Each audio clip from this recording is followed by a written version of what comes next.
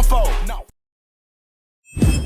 To shorten it up, like for the rap shit, like I got tired of explaining to people like what Jordan Chunk was. Yeah. Like, every time I went by Jordan Chunk, like what's Chunk? And then it's like Chunk Change. Like, what's Chunk Change? It's like damn. It's a lot of questions, but yeah, like they come behind it. So I mean, it was cool because it was conversation starter, of course. But like, like then I had went by JTC, but then even with JTC is like, what's JTC? Yeah, I ain't gonna lie. I'm gonna ask what that means. Yeah, okay.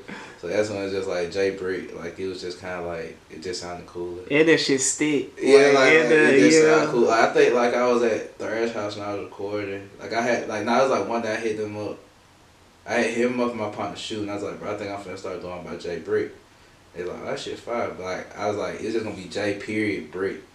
And then like my partner's like, no, I think you should spell it J-Y. So I was like, all right, shit, I don't give a fuck. You ain't feel like, I wouldn't say pressure, but like, you ain't feel like a way with switching your name. You ain't think people will still like remember you as the first name, or like you ain't think people will catch on to the new one. Most definitely. So like when I did it, like I was going through some shit at the time. So like I was off of social media, so I was all off of it. Period. Ah damn! And so this is you already started like this was like when I dibbled and dabbled with the rap stuff, but like I really was at that point I wasn't doing shit with just working. Yeah, like, I honestly wasn't like I was like. You already going crazy. Shout out to my dog. The word. I was like making clothing designs, like I was still designing shit, but I wasn't dropping shit. And as far as like music, I was living in Memphis at the time, so like whenever I would come back to like Atlanta, I would pull up on Thrash and like I think we recorded like 3 songs at that time. Lock in, yeah. So like, but it was just like, you know, as I was in Memphis, like I was listening to my songs, I just like, I think I really want to do this rap shit for real. Like I was like, really, then like so. What's crazy is I had like a music video off one of the songs, and like some folks from like my job might like caught wind of it.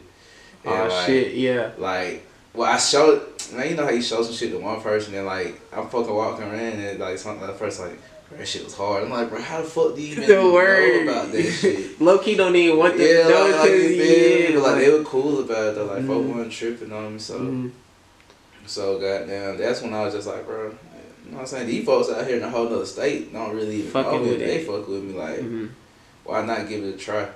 So that's when like, once I moved back here, like it was just like, once I moved back here, that's when like I officially like opened my Instagram page back up, and cause at first I just changed my name to Who's JayBrick, and I just had like a little logo. So like I was like watching my Instagram, like I had it, but I wasn't on it. Yeah. And so like folks was like unfollow, like you know what I'm saying, like I could tell folks cause like they didn't know who I was. I took all my pictures down, I took everything down, and so then I had posted pictures like Who's JayBrick with a question mark, and that's when folks was just like. Like, folks hit my DM, that's like, hard. folks was like, that was Who's JayBrick came from, cause like, bro, I'm fuck these folks' head, so I was like, Who's JayBrick? Like that was like my, like, cause I couldn't get JayBrick. But that's a marketing plan, yeah, though. so that's like, hard. Like, folks was DMing me after I posted my first picture, folks just like, bro, I was finna unfollow you, bro. Like, I was like, bro, who the fuck is JayBrick? Like, it was after I dropped it, like, it was supposed to like refollow me, like, nigga, what the fuck?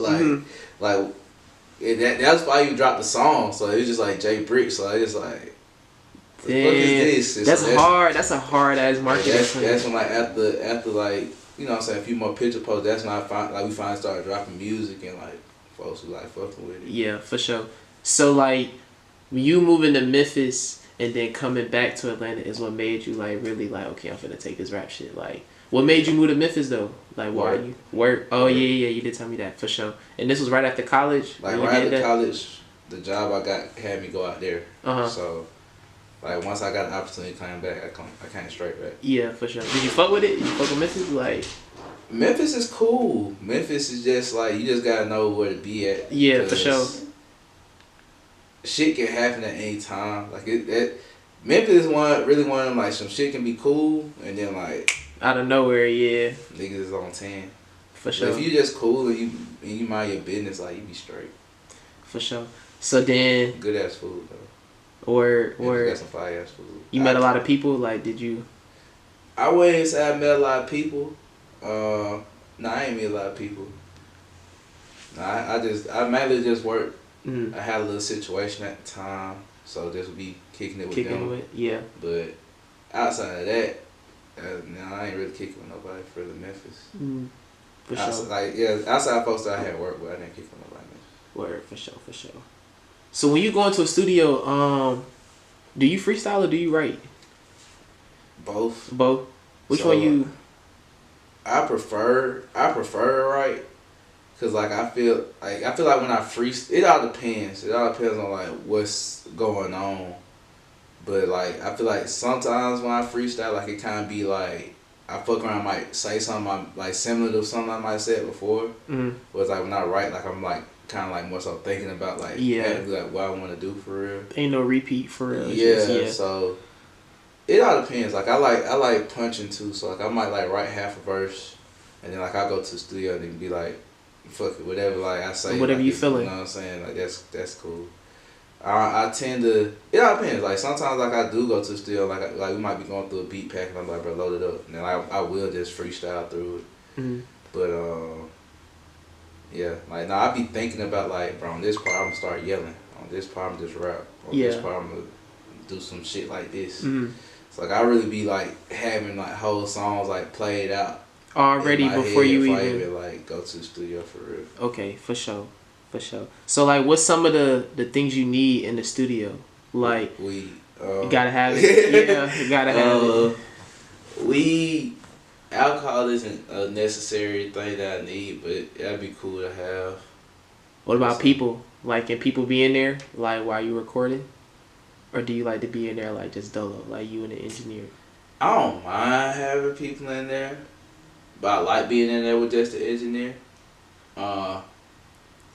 But at the same time, I don't mind having people in there. Like I don't like how some people like having like mass sessions with like 10, 15 niggas. Yeah, everybody in there smoking and shit. I don't mind being in sessions like that, but if it's like a session, like if I go to a session like that and somebody hosting a session like that and they be like rap, or like they want me on some shit, I'll do it. Mm-hmm. But like my personal, like if I'm booking a session or some shit, like it's probably gonna be like me and like 5 people. Yeah. Like for sure. A few females, like two dudes. For sure. How the listening party go? That was at the studio, right? That shit was smooth. For sure. For sure. That's what's up. Shout out to everybody that came. That shit was a vibe for real. Mm-hmm, for sure. Was that your first one? Your first listening party? Second one. Mm-hmm. What was what tape was the first one for? Motivational speech. Motivational speech, for sure. So I did that one from Day One Studio. Shout out to Jew. Mm-hmm. And that's on the south side. So that's when I did my first one. And that felt good because, like, you know, like I think like the biggest concern some people have is like if I do something, will people support it for real? People fuck, bro. That's the main. Like, you know what I'm saying? So like, when I was just like, that's why I did that studio, because I was like, all right, I'm gonna make people RSVP. Like, tell me if you coming for real. Mm-hmm. And when folks was like DMing me like, bro, I'm pulling up, bro, I'm trying to pull up, it's like, okay, like it's you can't real. pull up, you can't pull up, like. Mm-hmm. And that's why when I did the last part, I was like, all right, if you not finna pull up for real, let me know for real, because it's people that want to come. They really want to, yeah, and for like, sure. You know, because it be people that, you know how it be some folks that, situations do happen, so I ain't gonna say it's everybody's case, but it is some people that legit will see like you doing some shit and they be like, oh, I want to go. Just hop on there. They just say they want to go just because like they see it's something to do. Mm-hmm. Like, nah, I just like, bro, nah, I really want the people that know they're going to pull up. That's really going to listen. Because I'm going to have, like I said, like I didn't have food in my last one, but the first one I had food and everything for everybody. So that's what's up. Make sure I cater to my folks. But the next few events I'm doing, they're going to be like bigger. So like I can make sure everybody can come and everybody can vibe up. Yeah, for sure. For sure. Do you have people like who help you put together what songs you want on whatever EP or project you about to drop? I guess you could say Trapset. So Thrash, Quay, and my partner G. And that's your manager, right? Trapset. Well, like they're part of your management. My management. Like they like that's my partner label that he's starting in. Shout out them. Shout out Trapset. Shout out Trapset. So shout out Troy. But like yeah, like G is like my manager and Troy is like basically my manager as well. Yeah. And Quay is just like homeboy from. But he gang though. He gang. Like, I know bro from college, but like that's my brother. Yeah. So like you know what I'm saying, I send them the songs and you know what I'm saying, once I get the order, I'll play it in the order for them. They'll be like, you know, you might want to put this one over here or say that song for a different project because it don't fit the vibe of this. So I really make my own set list and then like I'll run it by them and then like they'll get their opinion on it. Then after that I like edit. It's your shit after that. You know what I'm saying? Like, For sure. That's good you got that though. You got that team that you trust, you know what I'm saying, that you can come through with that. Like, that's what's up. My bad. Nah, you Gucci. Damn, fuck was I at? Yeah, asking about the management. Oh yeah. So how that come about? Like, cause it's all your partners. Like, it's all your, you know what I'm saying? So Thrash put that, it was Trapset with some stuff that he already had going on with his folks in West Winds and JayBrick. Like, that was like something he already had set in stone.